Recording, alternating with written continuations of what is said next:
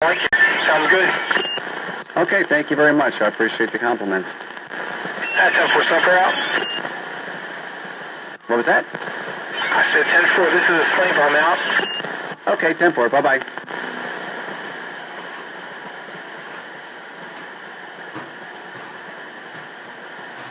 And I'm on my ground plane. Boy, I'd really kill him if I turned on the beam. And there's the beam right into his direction right there. So I have my beam. I have to switch over to my omnidirectional. Mr. Bill, can you hear me pointed south? 10-4, loud and clear. Okay, 10-4. Yeah, I like to play.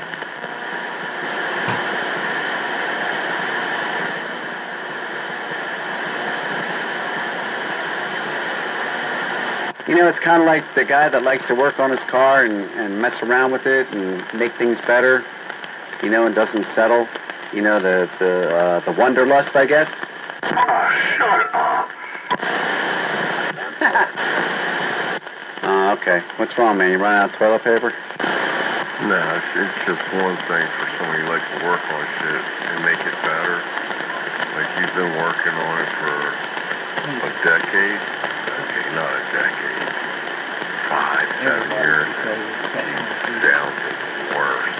Like some guy working on a car, putting all kinds of money into it, and it keeps going slower. You're not that guy. Oh, okay. Trash night. Kimpo. It's trash. Speaking of trash, taking it out. Kimpo. Go ahead, Breaker. I heard somebody in there with a wind-up VFO. I don't know who it is.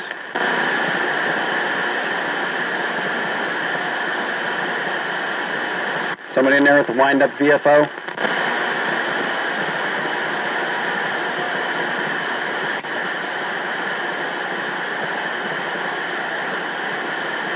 I think it was the Rabbit.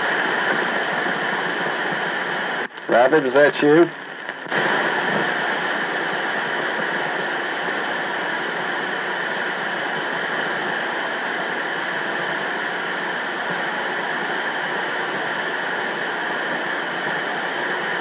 Rabbit don't talk to.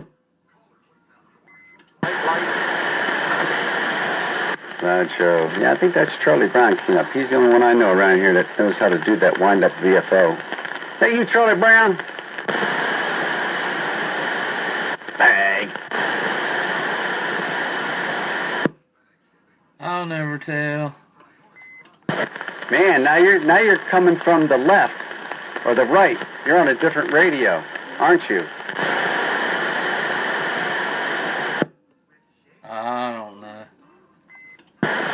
Yeah, you are, because your signal's starting out towards the right and then moving towards the left. Sounds good, man. This thing's really loud. Did you get your skip on today? No, man, I ain't messed with this thing all day. Tempo. You doing okay down there? Other than a typical Monday, yeah. Damn, we got to get you out of the doldrums, man. Delaware's really beating the shit out of you. Yeah, it is, man. All my shit's tearing up. Alternator's out on the truck. And then on the way home from the vet today, the alternator went out on the Veracruz. That sucks. I had mine go out on me completely about 3 weeks ago, man. During that, when all those pennies were spilled over on 995. That happened to me too, man. That's very frustrating. Did you get stranded for a little while, or what? Oh, no. I got enough batteries in that truck to get it home. Info. Well, I got AAA, so if it wasn't for them, it would have cost me a boatload of money.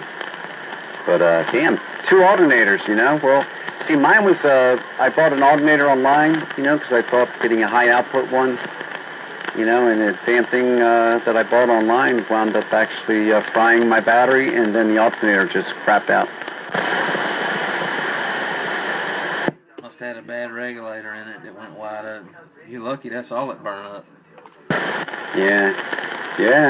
So, I kept the old alternator and popped it right back in there, man. OEM. So I'm just going to stick with a 5-pill. Yeah, it runs good. Your mobile runs good. The one on my truck's no problem. I can change it in 10 minutes, but the one on this car, her car, it's gonna have to go somewhere else. I don't have the capability here to do that one. Info. Yeah, they're a pain in the ass to do, aren't they?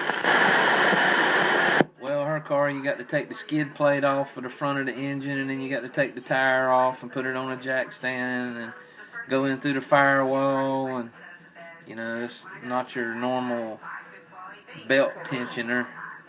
You know, you just can't stick a ratchet in it and pull to one side and ease that belt off of there. It's a process. Yeah, you have to take it to a mechanic, huh? Well, they had a recall a while back on her car. The valve cover gasket leaked and poured down on the alternator and made the alternator go out. And we took it in for recall, and undoubtedly they must have just changed the alternator and they didn't change the valve cover. So here we are again. What? Where'd you get that done? North Carolina? No, Tennessee. Ah, man, see? That's why. That may be why. I don't know. I mean, there's lazy people everywhere.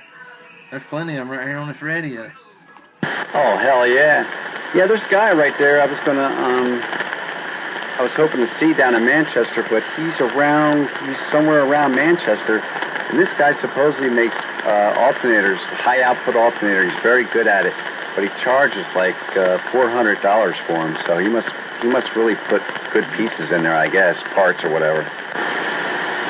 Yeah, he must, because if you go online and buy one from the two biggest high output alternator manufacturers in the country, you're looking at around $6.99 for one of theirs. That's a lot of money. I mean, just for an alternator. Shit, costs less than that to get it put in. Well, especially in my car, you know, it's nothing special. Yeah, I got a 320 in my truck, and I buy them offline. Those Wonder Super Duper 320 amp alternators, they only last about a year. But surprisingly enough, they're under warranty, so, you know, I try to get my exchange in right before the warranty goes out every year. It's that time of year. Yeah, that's probably why the guy charges so much, because he offers like a really good, well, not your particular guy, but for $600, but the one guy that sells them for so much. Maybe that's why they sell them so much, because they wind up busting and, you know, they have to make up for their lost margin and sell them at a higher margin. The diode is the only thing goes bad in them. Well, that's probably a hard thing to get to, right? They're Zenairs. Actually, on this alternator, it's got a bad bearing in the shaft on the back. It's the bearing in the back of the alternator. The bearing's going out. You can drop the belt off of it and spin it, and you can hear it squealing back there. Can you hear Charlie Brown there, Mr. Bill? Yeah, he's got a squealing bearing in there. He's got some little grease in it.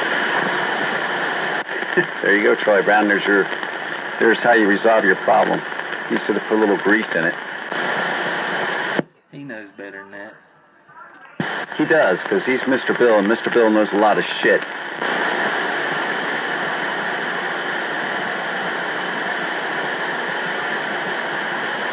Right, Mr. Bill? You know a lot of stuff, right? Probably do, but it's probably ain't worth of it. Yeah, well, you know, some of it sticks and some of it doesn't. You don't know enough to get over this galaxy. Some do, some don't.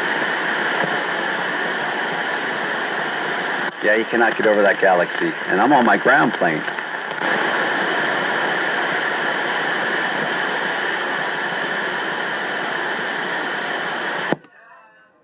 I just got this radio back from Mike's radio repair up in PA, man. I thought I'd try him on one.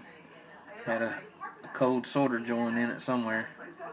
I couldn't find it, but he did. Did he point it out to you so you could know where it was, so you could say, damn? No, I bought this radio for about $45, I think, about 6 or 7 years ago, and it's been a good one. But it's had several different people in it. That guy up there in Reading, PA's been in it. Truck's been in it. Gump's been in it. The guy out of Tennessee's been in it.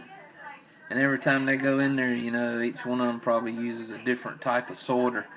So you got an original sorter from the factory, which is 10. And then you've probably had some good solder, some good flux run over it. And then on top of that, you probably had some more cheap solder. So he just went in there and just resorted the whole damn radio, man. Yeah, that's time consuming. That is time consuming. Yeah, he went in there and took everybody's solder off and reflowed it with good solder. Seems to be working good. Yeah. Did you mail it to the guy, or did you actually personally take it to him? No, he's in Fairfield, about 2.5 hours from here. I sent it to him. He's a very meticulous individual. He did a YouTube video on it, boy. I'm telling you, man. He put the mouth on them boys. He put the mouth on this radio, too. Tim Phil, you're going to have to talk him up pretty good once you get permission to get back on the Facebook. When's that going to be, next year? I think I got about 3 more days. What the hell did you do, man? Fighting with them NRO trolls, man. One of them reported something I said, got me 30 days. No shit. Just something you can say. I mean, they'll shut you down for a month, and then what will they do next time? Completely ban you? I mean, you can always get another Facebook page, right? Yeah.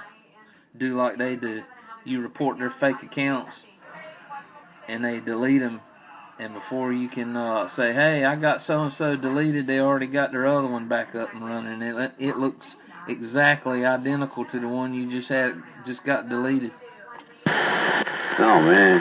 There's some people, I guess, that invest way too much time in Facebook to know shit like that, or I'm just really stupid. It's their hobby, man. It's more their hobby than radios is. That's what they want to do. They're a bunch of ham operators from up around Chicago and Indiana. That's all they got to do, man. Talk on their ham radio and spread hate and discontent in the CB community. Yeah. Yep. Trolls. That's exactly what you said and what they are. They are trolls, waiting underneath the bridge to either let you cross it or not.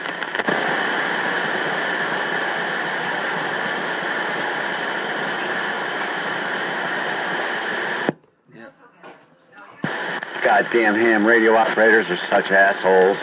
Oh, sorry. Well, I won't put that on everybody, but yeah, there are certain individuals in certain areas of this country that have nothing better to do but to want to destroy our hobby and take out, the house is on fire. I'll be right back. What else is going to happen? Uh-oh, grab the radio and the dogs. Yeah, this is the asshole channel. Get on this channel.